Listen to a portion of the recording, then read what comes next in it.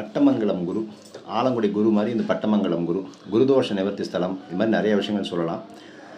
மாணிக்க வாசகருடைய பெருமாளால் பார்த்திங்கன்னா போற்றி புகழ்ந்து பாடப்பட்ட ஒரு ஸ்தலம் தான் பட்டமங்கலம். எந்த தட்சிணாமூர்த்திக்கும் இல்லாத ஒரு சிறப்பு இவருக்கு உண்டு. ஏன்னா இங்கே பெருமாளை தென் திசை நோக்கி இல்லாமல் கிழக்கு முகமாக யோக வடிவில் இருக்கார். ஏன்னா இதுக்கு நிறைய புராண கதைகள் இருந்தாலும், இந்த தட்சிணாமூர்த்தியை பற்றி நிறைய புராண கதைகள் இருந்தாலும், மிக முக்கியமாக பார்த்திங்கன்னா இந்த சன்னதியினுடைய பின்புறம் பார்த்திங்கன்னா புராதன பெருமை உண்டு. ஆலமரம் பார்த்திங்கன்னா 1100 வருடங்களாக அடர்ந்து வளர்ந்து அநேக விழுதுகளுடன் பூமியில் வேர் விட்டு படர்ந்திருக்கு. இந்த ஆலமரம் விழுதுகளும் பார்க்க வியப்பார்க்கும். நீங்கள் போய் பார்த்தீங்கன்னா தெரியும். இந்த ஆலமரத்தின் தட்சிணாமூர்த்தியும் பக்தி சிரத்தையோட பிரதட்சங்கள் செய்து வழிபடுபவர்களுக்கு எந்த குறை இருந்தாலும் மறைந்து வளம் பெறுவது நிச்சயம்.